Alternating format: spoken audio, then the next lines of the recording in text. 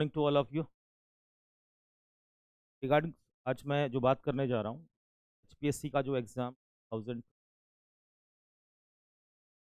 काफ़ी इंफॉर्मेटिव सामने है, को लेकर मैं कुछ बताना चाहूँगा। सबसे पहले हम बात करेंगे, एक नोटिफिकेशन है और इसकी डेट है 14th ऑफ द दिसंबर। 14 दिसंबर की ये डेट है। इसके ऊपर गवर्नमेंट ऑफ हरियाणा ने हरियाणा पब्लिक सर्विस कमीशन एक जो लेटर प्रपोज किया regards the recruitment of 145 post of the Haryana. ये डेट थी 14 दिसंबर 2020। इसके बाद में काफ़ी ऐसा सोचा जाने लगा कि बहुत जल्दी नोटिफिकेशन आने, काफ़ी फ़ोन कॉल्स भी आए। फ्रेंड्स थोड़ा सा बिल्कुल पॉजिटिवली उन्होंने इस चीज़ को लिया, जल्द ही जो है नोटिफिकेशन आने वाला है।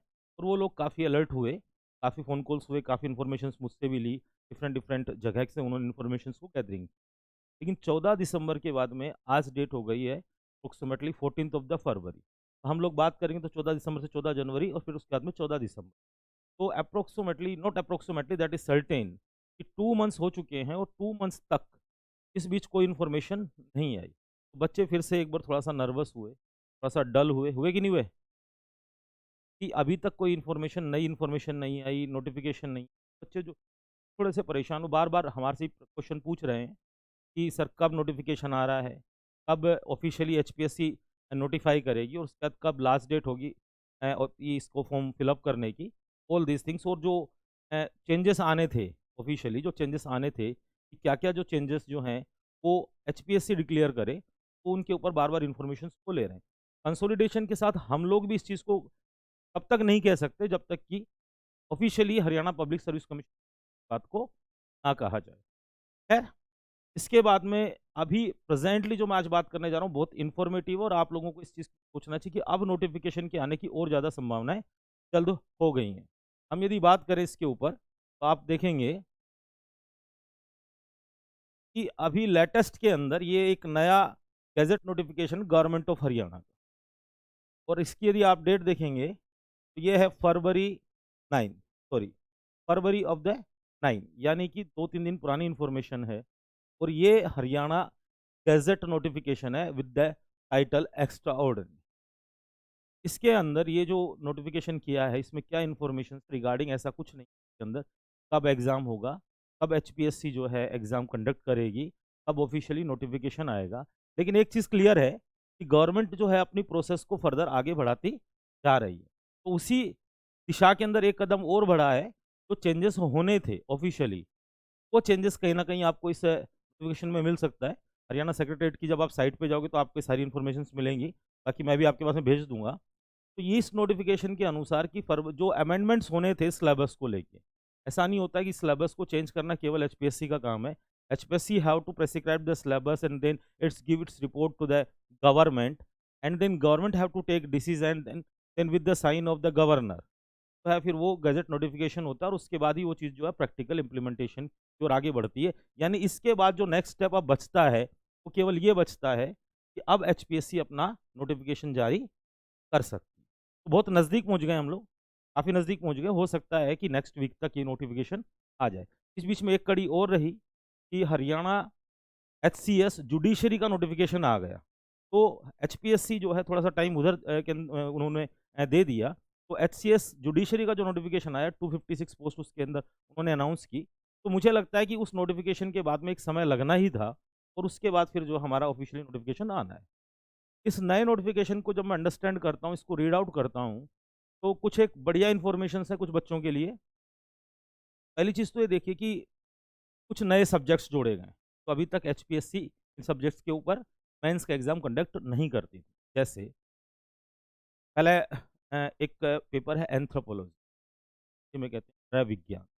नृ विज्ञान हरियाणा के सिलेबस में नहीं, और इस वजह से यूपीएससी के कई बच्चे थे जो नृ विज्ञान को, एंथ्रोपोलॉजी को लेके तैयारी करते, they have to decide another subject for the Haryana public service. It is quite difficult right now, क्योंकि यूपीएससी ने जो अपना पैटर्न चेंज किया था काफ़ी पहले, तो उन्होंने एक सब्जेक्ट कर दिया था। उसी रेफरेंस में अगर देखें तो किसी ने यदि एंथ्रोपोलॉजी वहाँ लिया था तो बच्चे को एडवांटेज नहीं हो रहा था। तो अब एससीएस का एग्जाम देता है तो एक नया सब्जेक्ट तैयार करना अपने आप में एक बड़ी बात होती है। सबसे मुख्य जो विषय जोड़ा गया जो कि ऑल ओवर इंडिया काफ़ी फेमस सब्जेक्ट है, that will be we can say philosophy. Philosophy subject अभी तक हरियाणा पब्लिक सर्विस कमीशन के सिलेबस में नहीं था, और वो फिलोसफी सब्जेक्ट भी जो है वो जोड़ा गया। तो UPSC, UPPCS, MPSC, Bihar PCS के बहुत सारे बच्चे हैं जो कि फिलोसफी ऐसे ऑप्शनल सब्जेक्ट रखते हैं। उस सब्जेक्ट को पहली बार जो है हरियाणा पब्लिक सर्विस कमीशन जो है वो उन्होंने नोटिफाई किया है। सेकंड सब्जेक्ट हम लोग कह सकते हैं फिलोसफी जो है वो एक सब्जेक्ट हो सकता है। उसके बाद में हम जब बात करें तो तीसरा सब्जेक्ट है, इन्होंने जो नया सब्जेक्ट लिया है, you can say the statistics, एक नया सब्जेक्ट है। उसके बाद में मेडिकल साइंस जो है वो एक नया सब्जेक्ट है। कुल मिला के ये 4-5 जो सब्जेक्ट हैं, ये नए सब्जेक्ट्स हैं जिनके ऊपर हम बात करेंगे। तो कई बच्चे हैं जो यूपीएससी के एस्पिरेंट रहे हैं, के लिए नए सब्जेक्ट्स आप भी चूज़ कर सकते हैं। फिलोसफी एक अच्छा सब्जेक्ट हो सकता है। हाँ, फिलोसफी इस बार जो एग्ज़ाम होगा उसके अंदर मेंस के एग्ज़ाम में फिलोसफी सब्जेक्ट को जोड़ दिया गया है, और वो जो नोटिफिकेशन है वो यही नोटिफिकेशन है। इस डेट को जोड़ा गया है, 9th ऑफ द फरवरी को एक गैजेट नोटिफिकेशन है हरियाणा का, जिसमें फिलोसफी सब्जेक्ट को ऐड कर दिया गया है। उसी में मेडिकल साइंस को ऐड कर दिया गया है, उसी में स्टैटिस्टिक्स को ऐड कर दिया गया है, एंथ्रोपोलॉजी सब्जेक्ट को भी ऐड कर दिया गया है। एक नया सब्जेक्ट और है geology, not zoology, geology, that will Hindi में कहते हैं उसको भूगर्भ शास्त्र। पहले ज्योग्राफी था सिलेबस में लेकिन भूगर्भ शास्त्र नहीं था। ये 5 सब्जेक्ट हैं जो नए नोटिफाई किए गए हैं। बहुत सारे बच्चे हैं, हम लोग यहाँ देखते आ रहे हैं यूपीएससी के अंदर, यूपी पीसीएस के अंदर, बिहार पीसीएस के अंदर, मध्य प्रदेश के अंदर लोग बाग ये सब्जेक्ट्स ले रहे हैं और काफ़ी सिलेक्शन भी ले रहे हैं। लेकिन हरियाणा के अंदर ये सब्जेक्ट ना होने की वजह से बहुत सारे एस्पिरेंट्स थे जो कि अप्लाई नहीं करते थे। प्रॉब्लम ये थी कि सब्जेक्ट चेंज करें तो इधर वो यूपीएससी की भी उनकी जो तैयारी कर रही है वो कहीं ना कहीं इंटरप्ट हो रही है, और वो अगर नया सब्जेक्ट लेके तैयारी करते हैं तो एक नया चैलेंज उनके सामने था। तो that will be good for the students जो कि नए सब्जेक्ट्स लेना चाहें, and we the ICS will definitely provide the complete course of the geology, anthropology and the philosophy. Right now we have not decided the subject relating to medical science and statistics. So this is the second most information.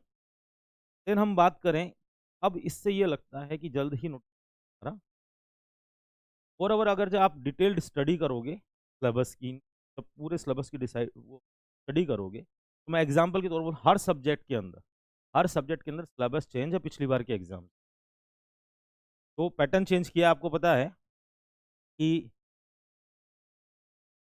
Optional 1 एक कर दिया है, तो optional नहीं है अब, और optional के मार्क्स जो है 50 नंबर बढ़ा दिए। पहले जो 150 का होता था आपका, दैट विल बी, अब कितने का हो गया है वो 200 का हो गया है। ऑप्शनल जब 200 का हो गया है तो इसका मतलब 50 मार्क्स जो हैं, बैठ जाओ, 50 मार्क्स जो है इसके अंदर ऐड कर दिए। तो डेफिनेटली, और एक ऑप्शनल कम भी किया है, तो 50 मार्क्स ऐड भी किए तो कुछ तो एडिशन किया होगा। हम अगर बात करें, सपोज कर लो टू बी हिस्ट्री की बात करते हैं, हिस्ट्री में बात करें तो हरियाणा के अंदर इससे पहले केवल इंडियन हिस्ट्री था, और अब केवल हिस्ट्री है। इट मीन्स क्या है? हाँ, Indian history and history, it means a new part of the world history। जैसे के अंदर पहले से वर्ल्ड हिस्ट्री था, राइट नाउ हरियाणा में नहीं था, इस बार वर्ल्ड हिस्ट्री का पार्ट जोड़ दिया गया है। कुछ अलग अलग अगर टॉपिक्स को भी आप देखें, पहला वाला सिलेबस को और इस वाले सिलेबस को अंडरस्टैंड जब करते हैं, एनालिसिस करते हैं, तो पहले इंडस वैली सिविलाइजेशन से आप शुरू कर रहे थे, अब pre history, proto history, megalithic culture, ठीक है, sources of ancient history, archaeological survey, sources of history, वो इस बार जोड़ दिया गया है। ऐसे मिडाइवल में भी काफ़ी टॉपिक्स को जोड़ दिया गया है। कुल मिला के आपको लगेगा कि सिलेबस लेंदी कर दिया। कहीं ज्योग्राफी में आप देखेंगे तो कई नई टॉपिक्स को जोड़ दिया गया है। सपोज टू बी, पहले हमारे जो हरियाणा का जो सिलेबस था उसमें ज्योग्राफी के अंदर मॉडल थिंकर्स नहीं थे, और मॉडल और थिंकर्स ज्योग्राफी में भी डाल दिए गए। पॉलिटिकल एस्पेक्ट एक नया टॉपिक डाल दिया गया ज्योग्राफी के अंदर। हम बात कर सकते हैं geopolitics of the South Asia के अंदर, consideration relation with the neighbour countries, how the geopolitic, how the geography और geo location will affects the international boundaries. Suppose to be, अगर जो हम बात करें, पॉलिटिकल साइंस का subject है ये, कि भारत और पाकिस्तान के संबंध, तो it is the matter of PSIR, political science and international relation. But how the culture and how the geographical location will affect the international relation, that will the part of geography। it means geography decide also the international relation। Suppose कर लो कि अगर जो हिमालय नहीं होता तो क्या situation हो सकती थी इंटरनेशनल रिलेशंस में?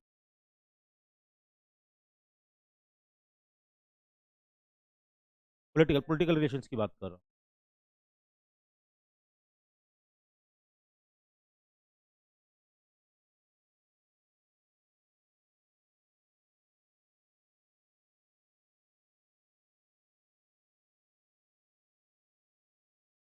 या definitely that's mean natural India.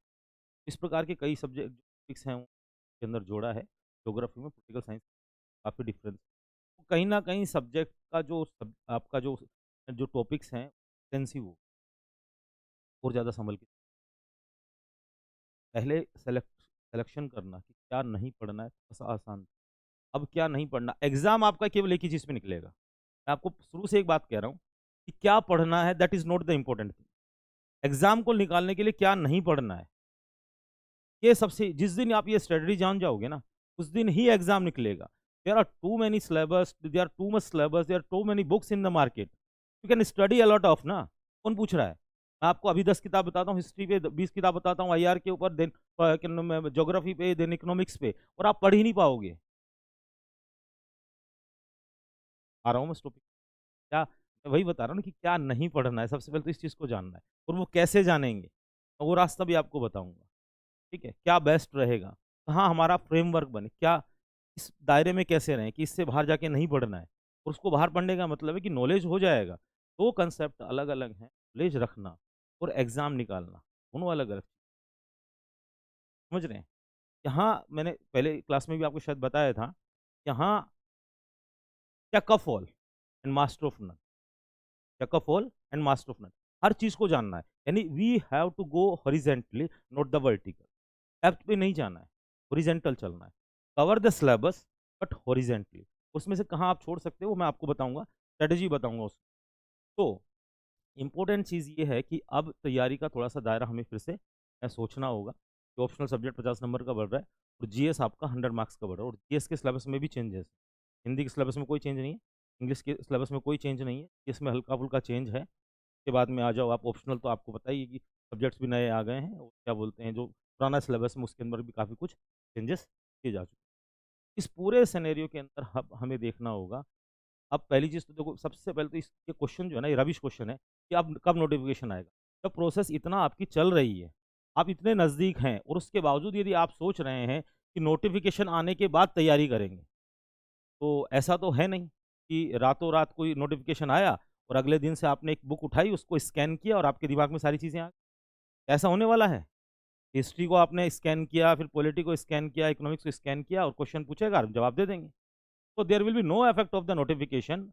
और आप प्रायर यदि तैयारी लेके चलते हैं, अगर समय से पहले तैयारी लेके चलते हैं, will give extra benefit to, कहीं आपका नुकसान तो होना नहीं है कि पहले तैयारी कर दी थी तो कोई नुकसान होगा। मोस्टली हरियाणा की कल्चर के अंदर यदि हम लोग देखें तो नुकसान कहाँ हो रहा है, और बच्चे की चलो जी थॉट ऑफ थिंकिंग क्या है कि हमारे यहाँ का बच्चा पहले देखता है फॉर्म आया है, फिर उसको फिलअप करता है, उसमें के अंदर भी मोस्टली स्टूडेंट्स फॉर्म फिलअप करके भूल जाते हैं। फिर जब परमिशन लेटर आता है तब सोचता अच्छा अच्छा एग्जाम भी है क्या, फिर वो तैयारी शुरू करते हैं। तो सिंसियर बच्चे होते हैं वो नोटिफिकेशन के बाद तैयारी करते हैं, लेकिन उनकी प्रॉब्लम ये है कि एग्जाम हुआ, रिजल्ट पॉजिटिव है तो ठीक है, नेगेटिव है तो किताबें बंद। अगली साल, उससे अगली साल जब नोटिफिकेशन आएगा तब फिर तैयारी करेंगे। It's a continue process. आप इसको यदि कंटिन्यू प्रोसेस लेंगे, कल परसों शायद मैं आपसे बात कर रहा था, हम लोग 15 साल 10 ईयर्स देते हैं, 12 ईयर्स ऑफ ग्रेजुएशन, उसके बाद पोस्ट ग्रेजुएशन करते हैं। गर्ल्स हैं तो बोलेंगे बीएड भी कर लेते हैं, एमएड भी कर लेते हैं, टू सिक्योर योर करियर। 15 साल दे सकते हैं हम लोग एजुकेशन को to get a handsome job, 15 साल दे सकते हैं। लेकिन 2 साल कॉम्पिटिटिव एग्जाम को जिससे आपको जॉब मिलना है, तो सीरियसली नहीं देंगे। और यही बेसिक डिफरेंस है कि आपने आधे अधूरे प्रयास किए, आप मंजिल तक पहुंचे नहीं। मंजिल तक आपके 15 साल का वर्थ तभी बनता जब आप जॉब ले लेते, लेकिन वो जो 1.5-2 साल की जो प्रोसेस है ना उसको कभी कंप्लीट नहीं करते। एग्जाम आया, फॉर्म फिलअप किया, तैयारी शुरू करी, रिजल्ट नेगेटिव, किताबें बंद, फिर फॉर्म आएगा, फिर वही प्रोसेस। और ये प्रोसेस जो है ये चलती रहेगी, फिर एक पंचवर्षीय योजना, फिर सेकंड पंचवर्षीय योजना, फिर तीसरी पंचवर्षीय योजना, फिर उम्र खत्म हो जाएगी, अटेम्प्ट खत्म हो जाएंगे, फिर बोलेंगे ओवर एज हो गए, फिर किस्मत में नहीं, है ना, फिर किस्मत में नहीं। फिर गीता का श्लोक याद आएगा कि कृष्ण ने तो ये बोला था कि आपके हाथ में तो कुछ है ही नहीं, आपके हाथ में तो कर्म है ना? बाकी तो प्रारब्ध है आपका, भाग्य जो है वो तो आप भाग्यफल तो आपके हाथ में है नहीं। वो अपने मन को दिलासा देने की, ये नहीं कहता गीता बहुत बड़ा ग्रंथ। मैं ये मानता हूँ कि अभी अगर जो ये नोटिफ़िकेशन फरवरी में रिलीज़ हो जाता है, जून तक प्रीलिम्स होने की, और इसमें भी से ये जुलाई भी जा सकता है। क्योंकि ये तो क्लियर है कि पहले जो जुडिशरी का नोटिफ़िकेशन आया, पहला एग्ज़ाम जो होगा वो जुडिशरी का, ठीक है? तो इन सारी बातों को देखते हुए कि अब रुकने की कोई ज़रूरत नहीं है। आप अपनी का टाइम दीजिए, एफर्ट्स लगाइए। एक-एक दिन, एक-एक घंटा जो है आपके लिए, देखिए ऐसा, हाँ, डेफ़िनेटली नया सब्जेक्ट आता है तो उसका एडवांटेज, सिलेबस देखो ओवरऑल तो सब सब्जेक्ट बराबर है, लेकिन माना जाता है, हालाँकि मैं नहीं कहता कि फ़िलॉसफ़ी के अलावा दूसरे माना जाता है कि फ़िलॉसफ़ी कम समय के अंदर तैयार करने वाला सब्जेक्ट। सबसे छोटा जो सिलेबस है, वो फ़िलॉसफ़ी का ही है और उसको कम समय में आप तैयार कर सकते हो। काफ़ी हद तक उसमें आप सेलेक्टिव भी कर सकते हो। ये पढ़ना है और ये नहीं पढ़ना। और काफ़ी बच्चों ने, देखो आपको यूपीएससी का ट्रेंड देखा होगा तो फ़िलॉसफ़ी से बहुत सिलेक्शन भी, और अच्छा सब्जेक्ट हो सकता है, फिट सब्जेक्ट हो सकता है हरियाणा के हिसाब से, और कम समय के अंदर तैयारी की जा सकती है। हम लोग भी अपना बेस्ट करें। चलो, it's good to get new information and we can say कि 21वीं शताब्दी में जो सूचना है, वही सबसे बड़ी ताकत है ना? तो आप टच में रहिएगा, तो इन्फॉर्मेशंस मिलती रहेंगी, ठीक है? खैर, तो ये मैंने आपको बताया कि सिलेबस में भी चेंजेस है। हर बच्चा जो भी सब्जेक्ट लेना चाहे तो एक बार डिटेल्ड जो है उसके अंदर चले जाएँ। मैं आपको कैन इसके ऊपर जो है कैन वेबसाइट का भी एड्रेस बता दूँगा, जहाँ से आपको इन्फॉर्मेशन मिल, तो यहाँ पर लोग हैं, वो हार्ड कॉपी भी ले जा सकते हैं। पीडीएफ जो है वो मैं ग्रुप में भी डाल दूँगा, तो आप उसको स्टडी कर लोगे। तो डिटेल्स आपका जो सब्जेक्ट है जो चूज़, फ़िलॉसफ़ी अगर लेना चाहते हो तो पहले मैं ये मानता हूँ कि पहले आप उसके 4-5 टॉपिक्स को पढ़ें। अगर वो अंडरस्टैंड हो रहे हैं, that will be a matter of दार्शनिक है ना वो, दर्शन है। तो दर्शन जो है, अभी मैं आपको कहूँ उद्यमेने सिद्ध्यन्ति कार्य न मनोरथे नये सुप्तस्य प्रवस्थे मुखे मृगा, दैट विल बी अ श्लोक, बट श्लोक के अंदर जो दर्शन है उसके ऊपर बात होनी है। तो जो दर्शन जो है वो हर एक आदमी की समझ में नहीं आता है। तो अगर दर्शन आपके समझ में आ रहा है, थिंकर्स आपके समझ में आ रहे हैं, थॉट्स आपके समझ में आ रहे हैं, तो गो विद द फिलॉसफी। और अगर नहीं समझ में आ रहे हैं,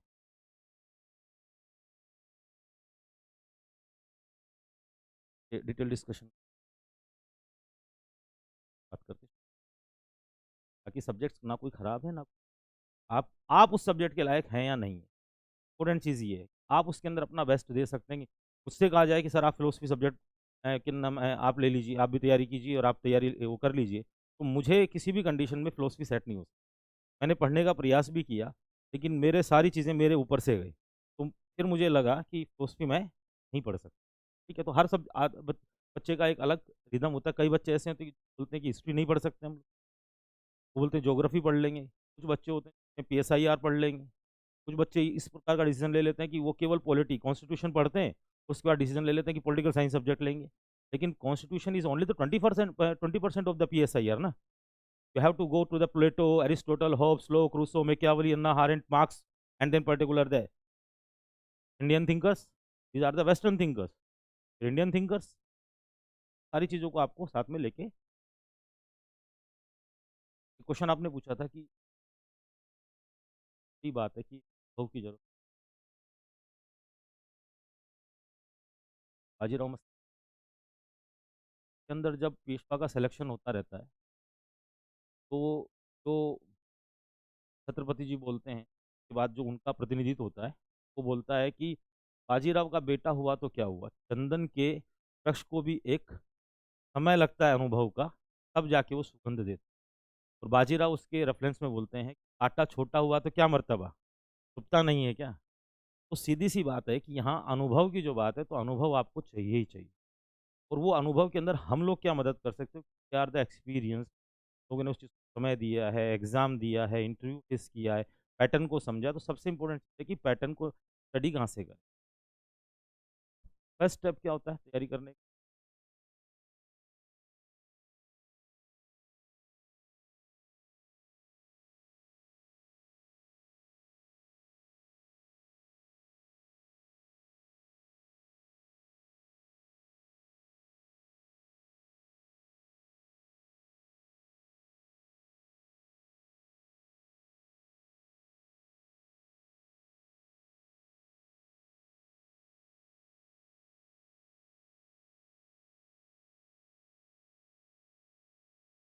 सबसे पहले क्या होता है, detailed understanding of the syllabus.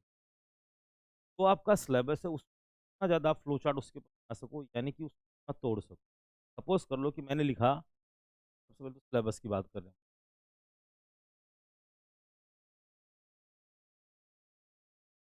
Suppose to B मैंने लिखा इंडस वैली सिविलाइजेशन आपके टॉपिक में।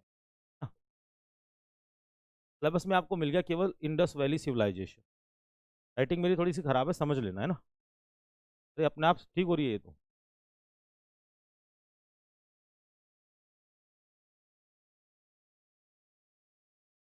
तो इंडस वैली सिविलाइजेशन की जब हम बात करेंगे, अब बच्चे को ये नहीं पता कि इसको कैसे कैटेगराइजेशन करना है। इंडस वैली सिविलाइजेशन को आपको कैटेगराइजेशन करना, पॉलिटिकल एस्पेक्ट क्या है, हिस्टोरिकल एस्पेक्ट क्या है, कल्चरली क्या है, सोसाइटी क्या है, इकोनॉमी क्या है, फिर फैक्ट्स क्या है, एडमिनिस्ट्रेशन कैसा है, ठीक है, उसके बाद में आपका जो स्थापत्य कला है वो कैसा है, क्या क्या चीज़ें वहाँ से मिली, तो डिफरेंट डिफरेंट, फिर का स्प्रेड क्या था, लोकेशंस क्या क्या थी, किस स्टेट में क्या था, कहाँ से क्या मिला, उसके कंक्लूजन क्या था, लिपि क्या थी, लैंग्वेज क्या थी, कैटेगराइजेशन करो उसका। जब तक वो फ्लो चार्ट नहीं बनेगा आपको समझ में ही नहीं आएगा कि मैं पढ़ क्या रहा हूँ।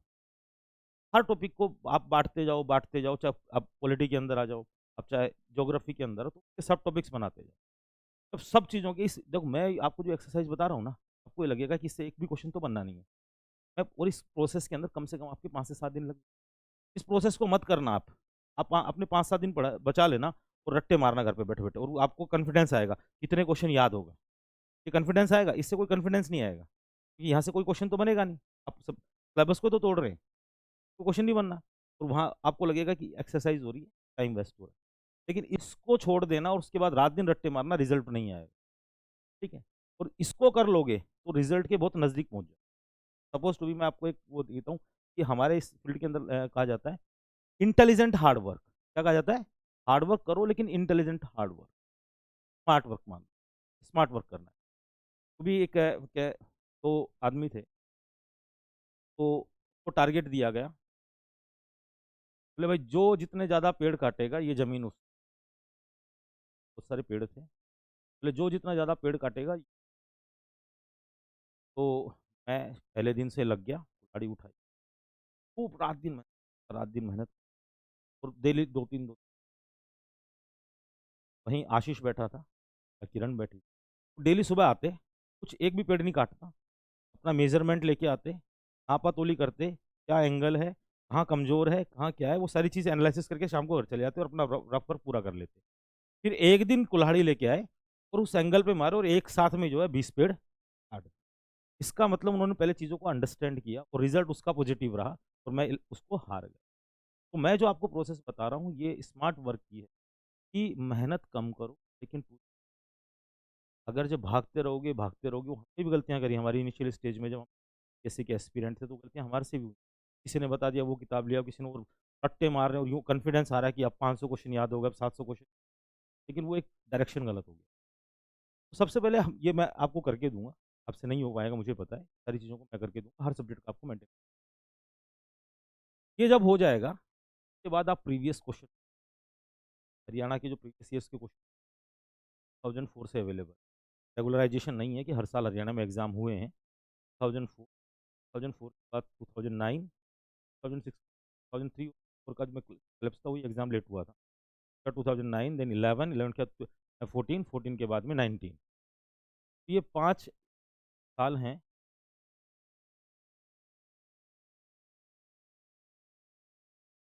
साल रेगुलराइजेशन हो, से पहले सरकारें थी, कैन से दैट आया राम एंड गया राम।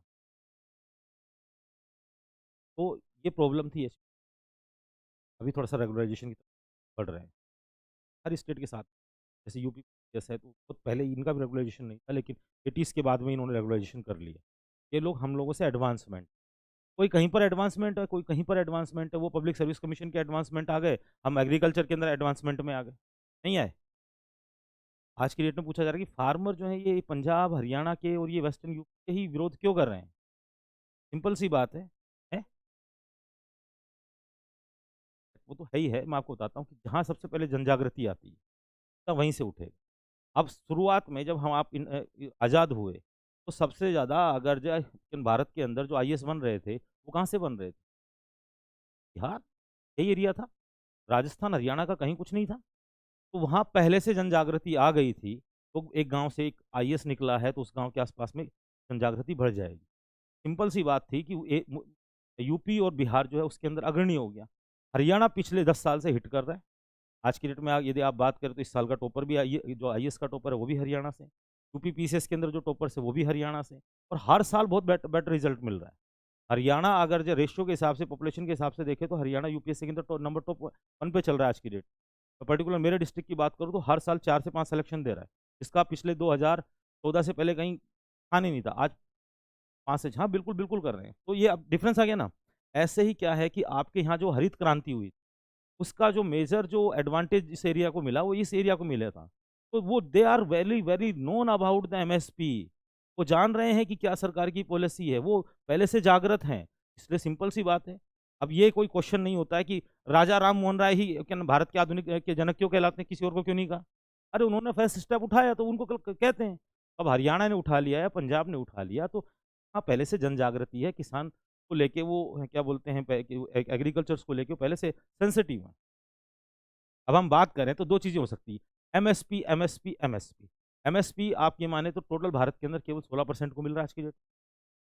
और 16% भी यदि बात करें तो उसमें से मैक्सिमम जो है आपका यही एरिया है, हरियाणा, पंजाब और वेस्टर्न यूपी, यही है। तो एक तो पॉलिसी ये हो सकती है कि जो बिहार के अंदर किसान की हालत खराब है, तो वैसी किसान की हालत यहाँ कर दी जाए, एमएसपी को खत्म करो। होना ये चाहिए कि एमएसपी को एक्सटेंड करना चाहिए थ्रू आउट द इंडिया, कि हरियाणा का किसान फायदा ले रहा है, पंजाब का किसान फायदा ले रहा है, वेस्टर्न यूपी का फायदा ले रहा है, तो बिहार का किसान फायदा क्यों नहीं ले रहा? उसको भी मिलना चाहिए। तमिलनाडु के किसान को भी मिलना चाहिए, और किसी और स्टेट उसको मिलना चाहिए। या फिर उल्टी गंगा भा सकते हो। कैसा है कि यूं काम करते कि जैसा बिहार का किसान है वैसा तुम्हारे को भी बराबर करेंगे। बराबर करा तो जो एडवांटेज में खड़ा है उसका जैसा बराबर करो। तो खैर वो एक अलग पॉलिटिकल व्यू आ जाएगा उसके अंदर, and we are discussing about the academic, ठीक है। तो अब सपोज कर लो कि आपने सिलेबस को, तो आपके पास पूरा सिलेबस आ गया, तो ये कम से कम आपके 20-30 पेज बनेंगे। अब आपको सिलेबस की अंडरस्टैंडिंग कि मुझे क्या क्या मेरे टॉपिक्स हैं, और क्या क्या मेरे, कई बार बच्चा बहुत बिना सिलेबस की चीज़ें पढ़ता रहता है, उसको पता ही नहीं कि सिलेबस में है कि नहीं, ये भी नहीं पता था। फर्स्ट टाइम जब अटेम्प्ट दिया था तो बहुत सारी चीज़ें रबिश पड़ गया था। ये एक टीचर मिले थे, इन्होंने साइटोलॉजी के ऊपर कम से कम मेरे को 300 पेज लिखवा दिए थे। एंड साइटोलॉजी मेरा जीएस था, साइंस, मेरा साइंस कोई ऑप्शनल सब्जेक्ट नहीं था, लेकिन मेरी साइटोलॉजी जो मेडिकल का स्टूडेंट है उससे भी अच्छी है। आज की डेट में जो हमारे यहाँ पर पीएमटी का एग्जाम हो रहा है, उसके क्वेश्चन से लेके आओगे तो मैं उसको अटेम्प्ट कर लूँगा, क्योंकि मेरे को साइटोलॉजी यूपीएससी के अंदर 300 पेज की बढ़ा दी गई, लेकिन वो एक गलत डायरेक्शन था। खैर, जब आपका ये सारा काम हो जाएगा तो अब सेकंड स्टेप आती है आपकी detailed study of the previous and make your own trend analysis, कि किस पार्ट से क्या क्वेश्चन पूछा। सपोज टू बी कि ज्योग्राफी पे गए, तो ज्योग्राफी के अंदर जो क्वेश्चन पूछ, इंडियन ज्योग्राफी से क्या क्वेश्चन, इंडियन ज्योग्राफी की किस पार्ट से कितने क्वेश्चन पूछे, उसके बाद में वर्ल्ड ज्योग्राफी से क्या क्वेश्चन, मैपिंग से क्या क्वेश्चन पूछे, हिस्ट्री का मैटर है तो मॉडर्न इंडिया से क्या क्वेश्चन पूछे, एंशंट से कितने पूछे, और क्या बोलते हैं इसको, मिडाइवल से कितने, और फिर मॉडर्न इंडिया के अंदर भी 1757 से लेके 1857 imperialism of east India company, वहां से कितने क्वेश्चन पूछे, and the freedom movement of India, वहां से कितने क्वेश्चन पूछे। इनका आपको ट्रेंड एनालिसिस बनाना पड़ेगा। साइंस में क्या क्वेश्चन पूछ रहा है, फिजिक्स से कहाँ से क्वेश्चन उठाया, केमिस्ट्री से कहाँ से क्वेश्चन उठाया, बायो से कहाँ से क्वेश्चन उठाया, उसका फिर फर्दर आपको वो करना पड़ेगा कि फिजिक्स से कौन कौन से टॉपिक इंपोर्टेंट। इस सब चीज़ों को करने में कम से कम 15 दिन का 20 दिन का टाइम लग जाए। लेकिन अब आप कंक्लूड हो जाओगे कि हाँ कहाँ तक पहुँच गए और क्या नहीं पढ़ना है। और जब तक इस एक्सरसाइज को नहीं करोगे, मान लो कितनी भी मेहनत करना, भाग्य तुम्हारे पक्ष में तो अलग बात है, कृष्ण आपके साथ में हो तो उसको तो मैं क्या कर सकता हूँ। डेफिनेटली वो बहुत स्लो पढ़ना पड़ेगा, हटने नहीं, उसके आंसर्स नहीं देखने, केवल क्वेश्चन देखो। आपको ये मैं एक्सपेक्ट नहीं कर रहा कि पुराने क्वेश्चन पेपर को आप देखोगे तो उसके आंसर आने चाहिए आपको। केवल आपको कंसेप्ट समझ में आना चाहिए, क्वेश्चन समझ में आना चाहिए कि क्वेश्चन कैसे पूछा और इसके पीछे क्या लॉजिक हो सकता है। फिर भी I am not demanding about the answer, भी आपने सिलेबस कंप्लीट नहीं किया, सब्जेक्ट पढ़ा ही नहीं, तो आंसर कहाँ से आएगा। लेकिन क्वेश्चन का नेचर समझ में आना चाहिए, ठीक है। तो सारे प्रीवियस क्वेश्चन पेपर्स को आप जब एनालिसिस करोगे, माइन्यूटली अंडरस्टैंड करोगे, तो आपका कम से कम 40 पेजेस की पूरी एक कॉपी सी बन जाएगी। अब आपके मोटी तौर पे समझ में आ जाए, और मैं इसमें आपकी पूरी हेल्प करूंगा कि हमें क्या नहीं पढ़ना है। अब जब कब क्या नहीं पढ़ना है उन चीज़ों को अलग कर दोगे, तो अब आएगा थर्ड स्टेप। ये दो स्टेप जिसने नहीं करी ना, मैं गारंटी दे रहा हूँ कि ये भूल भुलैया है, और उसका 5 ईयर प्लानिंग बनने वाला है, 5 वर्षीय योजना। और आपने क्या बोलते हैं, इकोनॉमिक्स पढ़ी होगी, पंचवर्षीय योजनाएं पढ़ी हैं, पढ़ी है ना। भारत की पंचवर्षीय योजनाएं बहुत ज़्यादा कामयाब नहीं हुई शुरुआत में। तो आप अपनी पंचवर्षीय योजना यदि खराब करना चाह रहे हैं, वो देख लीजिएगा। और फिर बोल रहा हूँ मैं कि 2 पंचवर्षीय योजना खत्म हो जाएंगी तो एज खत्म हो जाएगी। और लड़कियों के लिए तो बिल्कुल 2 पंचवर्षीय योजना भी घर वाले इंतजार नहीं करेंगे, उससे पहले पंचवर्षीय योजना खत्म, समझ रहे हैं ना। हाँ, तो इसलिए, और लड़कों तुम पढ़ लो, आशीष पढ़ लो। अगर तुम्हारी वैसे सोशल सिक्योरिटी नहीं है, आज की डेट में जॉब नहीं है तो शादी नहीं है। और हरियाणा का सेक्स रेशो पूरे भारत के अंदर सबसे कम है। तो इस, हाँ है ही नहीं। अब वो जो पुराना टाइम था ना हरियाणा के अंदर, कि पहले किले थे, जमीन हुआ करती थी, तो जमीन को देख के भी शादी हो जाती थी। अब जमीन को देख के भी कोई शादी नहीं कर रहा। अब गवर्नमेंट जॉब चाहिए, अब गवर्नमेंट जॉब चाहिए। तो सोशल सिक्योरिटी के लिए, सामाजिक न्याय के लिए, परिवार बसाने के लिए we need a handsome job. ठीक है, खैर। अब आते हैं हम तीसरी स्टेप की। तो स्टेप हो गई, पहला सिलेबस को अंडरस्टैंड करेंगे, सेकंड उसके बाद में हम लोग किस पे चलेंगे, प्रीवियस ईयर क्वेश्चन पे। अब आएगा मैटर कि सर मैटर कहाँ से कलेक्ट करें। केवल एचपीएससी को टारगेट करते हुए यूपीएससी को टारगेट अभी नहीं करना है। मैं अपने सारे बच्चों को धीरे धीरे यूपीएससी की तरफ भी ले चलूंगा, लेकिन इस एग्जाम के बाद में।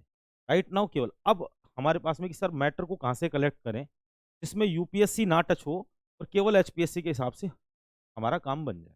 ठीक है, तो अब है selection of correct study material according to the pattern and demand of the examination. अब इसके ऊपर आपको काम करने की, सारा काम मैं कर रहा हूँ, सारा काम मैं कर रहा हूँ। मैं आपको बकायदा प्रिंटेड सारे नोट्स कराऊंगा, और आपको उससे बाहर जाने की जरूरत है ही नहीं। कोई बुक जो है, किसी प्रकार की बुक मार्केट से खरीदने की जरूरत, डिटेल्ड स्टडी मटेरियल जो होगा वो मैं आपको प्रोवाइड करूंगा। आपको केवल उसमें एक काम करना है कि एनसीईआरटी जोड़ देना, केवल एनसीईआरटी जोड़ देना, एनसीईआरटी पढ़ना ही पढ़ना, सब कुछ होगा उसके अंदर। पुराने क्वेश्चन एनालिसिस के लिए रटना नहीं हो, एक अलग स्टडी जो मैंने सेकंड स्टेप में बताया मैं आपको दे दूंगा, है ना। एक एक करवा के दिखा दूंगा, नेक्स्ट क्लास कभी भी होगी ना, तो एक पेपर को पूरा डिस्क्राइब करके बता दूंगा कि कैसे आप अपने को इसका एनालिसिस कर। फिर मैं आपको स्टडी मटेरियल दे दूंगा, स्टडी मटेरियल आपके पास पहुंच गया। अब केवल उसको पढ़ो, और उसके साथ में क्या पढ़ना है, केवल एनसीईआरटी। एनसीईआरटी पढ़ना मस्ट है, क्योंकि उससे आपका बेसिक थॉट बनेगा। अदरवाइज केवल फैक्ट से आपका थॉट नहीं बन पाएगा।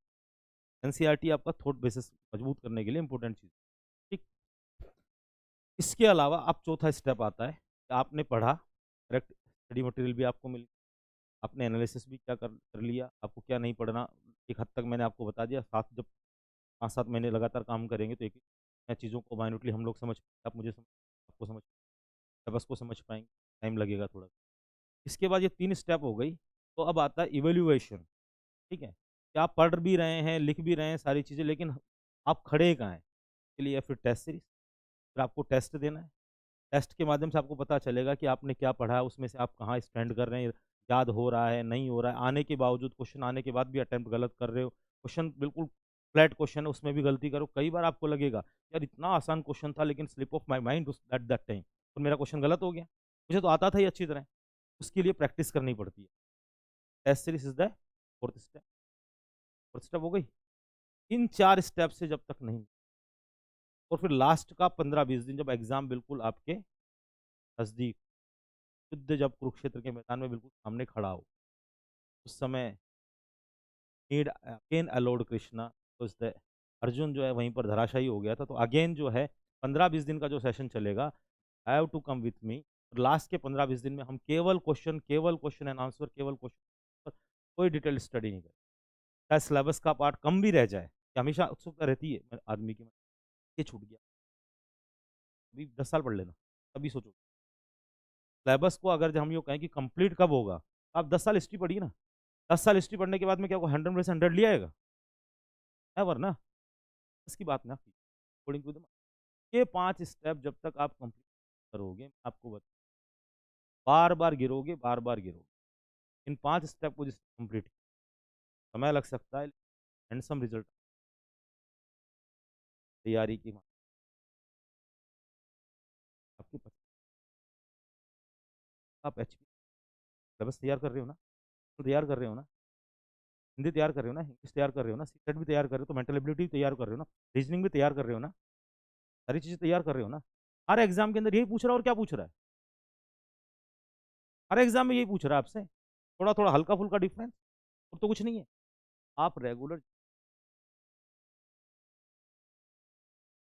ओवरऑल मिला के कहने वाली बात यह है, नोटिफिकेशन का इंतजार न करें, जल्द से जल्द अपनी तैयारी शुरू कर दें। जो भी क्लासेस, कहीं भी आपको क्लासेस लेनी करें, स्टडी मटेरियल पे काम शुरू, टेस्ट सीरीज पे काम शुरू, पढ़ना शुरू करें, अपना एक रूटीन लाइफ बनाएं, you will definitely get there. Any other further question किसी का? प्रेजेंटली मोस्टली जो फोकस होगा वो फिल्म्स पे होगा। तो नए बच्चे हैं, अभी एचपीएस एग्जाम या एचसीएस एग्जाम का मोस्टली का प्रीलिम्स के ऊपर, जिन्होंने पहले एचपीएससी के एग्जाम दिए हुए हैं, तैयारी प्रीलिम्स की लगभग लगभग हो चुकी है, उनको ऑप्शनल के ऊपर और जीएस मेंस के हिसाब से क्लासेस दें, ठीक है। और जो बिल्कुल ये सोच रहे हैं कि फाउंडेशन कोर्स के हिसाब से चलना है, कि इस साल का नहीं देना है, आगे कई अच्छे बच्चे अपने हमारे यहाँ जुड़े हुए हैं जिनका भी ग्रेजुएशन भी नहीं हुई, उनके लिए एक डिटेल स्टडी होगी, आने वाले समय के लिए तैयार रहें। अलग अलग लेंथ के ऊपर अलग अलग चीज़ें देंगे। फिलहाल हिंदी और इंग्लिश पे हम लोग एम्फोसिस नहीं डालेंगे, चाहे वो मेंस के स्टूडेंट या प्रीलिम्स के हों। हिंदी और इंग्लिश को थोड़ा सा बाद में लें, ठीक। तैयारी पूरी ताकत के साथ, ठीक है आशीष, ठीक है किरण, एनी फर्दर क्वेश्चन? ठीक है। तो आज अभी आपका जो टेस्ट होना है, टेस्ट के अंदर अपीयरेंस चाहिए ही चाहिए, ठीक है। अभी प्रॉब्लम हो, आप नहीं पहुंच पा रहे हो तो ऑनलाइन चले जाओ, लेकिन वो कभी कभी, नॉट रेगुलर, ठीक है। ऑफलाइन एंड ऑनलाइन दोनों टेस्ट अवेलेबल है, ऑफलाइन क्लास भी है, ऑनलाइन क्लास भी। आप यहाँ पर ऑफलाइन भी आ रहे हैं तो आपको भी मैं एक्सेस दे रहा हूँ ऑनलाइन का। सब तो आज कोई क्लास हुई, बाय द वे कुछ चीज़ समझ में नहीं आई, उस समय क्वेश्चन नहीं पूछ पाए, तो बाद में फिर ये इच्छा हो रही कि उस क्लास को रिपीट करें, तो आपको भी मैंने दे रखा है, पूरा लिंक दे रखा है, वेबसाइट पे जाओ, ताकि उसको लिंक्स हैं, तो आप जब करोगे तो आपका रिपीटेशन भी, यानी जिसको कहते हैं हम लोग स्कूल में जब पढ़ते थे कि सर रिवीजन कब होगा, तो रिवीजन के लिए आपके पास में ऑलरेडी मैं मैटर दे रहा हूँ। तो गो फॉर ए हैंडसम